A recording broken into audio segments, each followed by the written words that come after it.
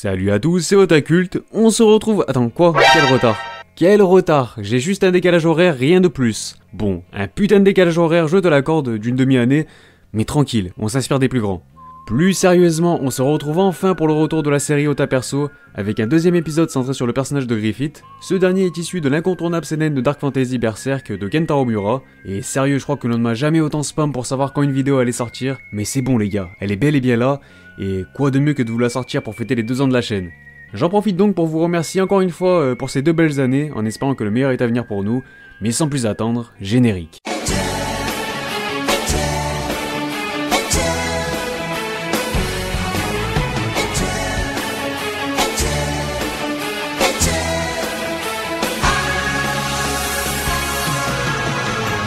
Tout d'abord et pour rappel, il ne s'agira pas de vous donner mon avis sur le manga, ça je l'ai déjà fait dans une nota critique, donc je vous la mettrai en description, mais cette émission est centrée sur les personnages uniquement, j'essaie de concentrer ma critique au mieux sur le personnage dont il est question à chaque fois, voilà c'est un peu le but, en passant par plusieurs points qui me feront office de critères pour juger si à mon sens un personnage est bon ou mauvais, donc à savoir sa personnalité, son histoire, son flashback, son chara-design, son utilité, son but, sa relation avec les autres personnages, et surtout son influence dans l'œuvre, pour moi c'est très important. Je vous partagerai également ces moments mais aussi ces répliques qui m'ont le plus marqué, et pour développer le tout, pour développer mes propos, je me baserai uniquement sur les 39 premiers tomes du manga, donc l'apparition de Glénat, pas le tome 40. Voilà, maintenant vous êtes prévenus, on peut commencer.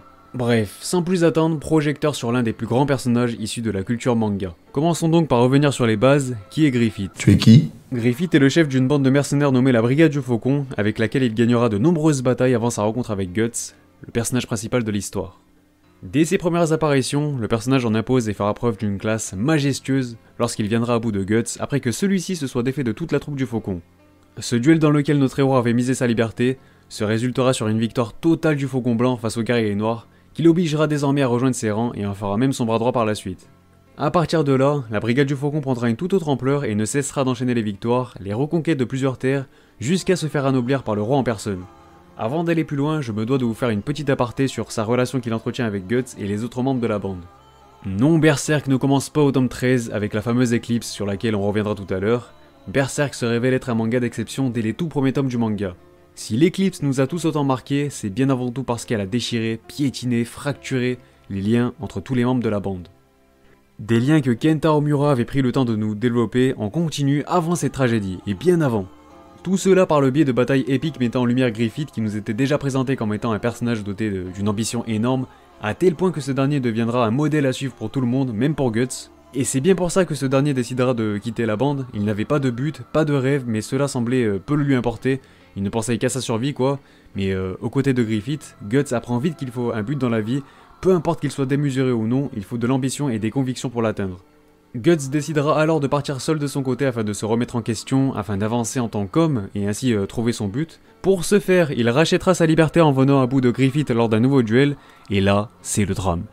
À partir de ce moment précis, le manga et l'histoire de Griffith prendront une toute nouvelle tournure. Peu après cet événement, Griffith est arrêté par le roi, découvrant son amour et ses relations entre lui et sa fille. Cette découverte aura de lourdes conséquences pour le Faucon puisque ce dernier sera torturé un long moment, à tel point que l'enfer ne serait qu'une partie de plaisir à côté. Griffith perd alors tout à ce moment-là, mais tout. Sa liberté, ses relations, son amour-propre, oui, son honneur est désormais souillé. Bien qu'il sera tout de même sauvé par Guts, il est trop tard. Griffith est trop faible, physiquement et mentalement. Devenu complètement instable, il finira par activer le Baylit rouge, donnant lieu à l'éclipse. Pour réaliser son rêve, créer un monde parfait, il sacrifiera ce qu'il a de plus cher au monde, sa troupe. Littéralement tout le monde crèvera, sauf Guts et Casca qui survivront, mais à un terrible prix. Totalement impuissant face au viol de sa bien-aimée, Guts perdra son bras gauche et Casca deviendra folle après avoir été violée par la femme god N de Griffith, nommée Fento. Et comme si cela ne suffisait pas, comme si c'était pas assez terrible déjà, il la violera sous les yeux de celui qui était censé être son ami, celui qui au final se sera révélé être la seule personne insaisissable dans sa vie en fait. Si Griffith est un personnage qui parvient toujours à ses fins peu importe les sacrifices qu'il doit faire pour atteindre son but et protéger son rêve, Guts restera la seule réelle tache noire dans son ascension vers les sommets. Et je pense que c'est pour ça que le départ de Guts a été à l'origine de sa descente aux enfers. Sans le savoir, c'est à ce moment-là que tout est vraiment parti en couille pour les deux quoi. Après à mes yeux, Griffith a toujours été un gros salaud faisant passer ses ambitions avant toute chose. Je ne comprendrai jamais comment on peut vernir un type comme ça. Il a littéralement sacrifié ses amis pour sa propre gueule, pour ses intérêts personnels et ce, en connaissance de cause, c'est ça le pire. Certains me diront, ouais, il s'est sali les mains pour créer un monde meilleur en pensant au peuple, mais... est-ce qu'il a pensé au peuple quand il a souillé Casca, putain? On parle de Casca, une femme qui lui a toujours été fidèle, une femme forte qui a combattu à ses côtés dans les plus périlleuses des batailles, sans jamais lui tourner le dos, bordel. Elle admirait Griffith, elle voyait en lui un idéal, le Saint Graal, la lumière, voilà, la lumière à suivre dans un monde ténébreux. Et dire que l'après-éclipse est suivi par une reconstruction totale de Guts et Casca, c'est quand même incroyable les dégâts qu'il a fait, quoi. Parce que quand on réalise une minute qu'un seul homme est responsable de tout ça, c'est incroyable.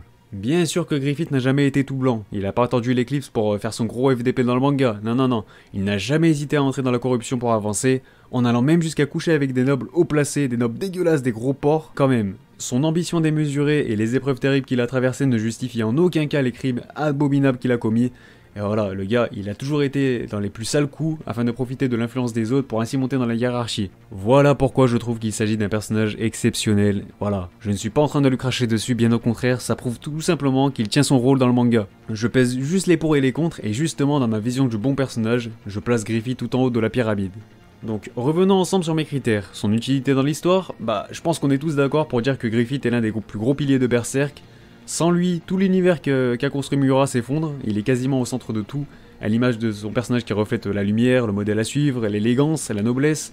Non mais, regardez-moi ce Chara Design, il est fait pour être admiré. Non mais cet enflure, il a pas une seule impureté sur la gueule, c'est un truc de fou. Il dégage un putain de charisme, un charisme glaçant, et ce, tout en ayant un contraste total derrière les apparences. Et si on prend en compte les épreuves qu'il a traversées, les choix qu'il a fait pour en arriver à ce fameux idéal, on réalise alors toute la nuance de ce personnage, arborant à la fois un visage de saint homme ainsi que la pire des pourritures qui puisse exister. Et malgré toutes les crassetés qu'il a faites, on arrive encore à ressentir plus ou moins d'empathie pour lui. Personnellement, au risque de me répéter, je suis loin de le vernir, je ne cautionne pas du tout ses choix, mais force est de constater qu'à partir du moment où il est devenu instable et qu'il a eu la possibilité de se hisser au sommet au détriment de tout, j'imagine que ça peut se comprendre éventuellement. Et d'ailleurs, tout son côté obscur est reflété dans Femto à mes yeux. Sous cette forme, il est désormais dénué de tout sentiment humain et ne semble donc n'avoir plus aucune faiblesse en fait. Et le plus fort dans tout ça, c'est que de base, l'objectif de Griffith est d'autant plus noble puisqu'il n'est pas bien né, il est au contraire né tout en bas de l'échelon et n'avait quasiment aucune chance de réaliser son rêve. Malgré tout, il y est parvenu, c'est aussi en partie cela qui donne une dimension supplémentaire au charisme du personnage. Il porte d'ailleurs très bien son nom puisqu'il fait référence au Griffon de légende, une référence qui prend du sens lorsque Griffith s'entretient avec la princesse Charlotte au cours duquel il lui révèle sa conception du rêve et de l'amitié, un entretien se déroulant justement au pied d'une fontaine sculptée en forme de griffon, voilà tout un symbole.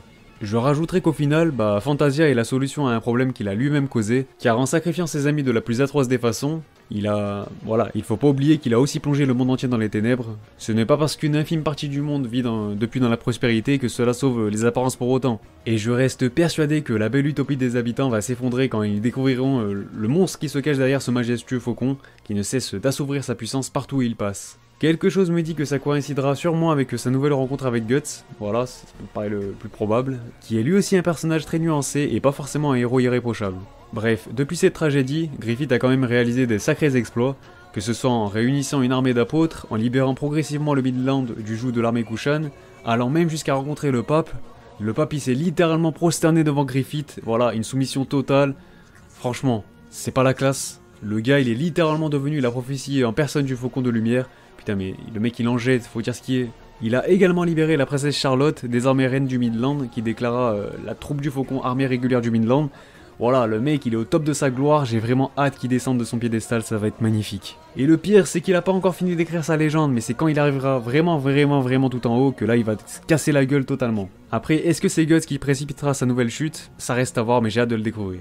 Lisez Berserk. Pour conclure, je vous partage une magnifique citation de Griffith que je trouve assez forte en symbolique encore une fois. Je cite: « Il y a ceux qui aspirent à l'hégémonie du monde, ceux qui consacrent leur vie à maîtriser l'épée, ceux qui sacrifient leur vie à la recherche de leurs rêves, et ceux dont le rêve réduit à néant celui des autres. » Voilà pourquoi je me devais d'aborder ce personnage, il y a tellement de choses à dire donc n'hésitez pas à me donner vos avis sur Griffith dans les commentaires. Mis à part ça, n'hésitez pas à me dire ce que vous avez pensé de cet épisode. Pour le prochain, je remettrai sûrement en place un nouveau sondage. Je vous invite également à vous abonner si ce n'est pas déjà fait pour ne louper aucune vidéo et voilà si vous aimez mon contenu. Et à me suivre sur mes réseaux sociaux qui sont présents en description. Enfin bref, sur ce, portez-vous bien et quant à moi je vous dis, on se reverra.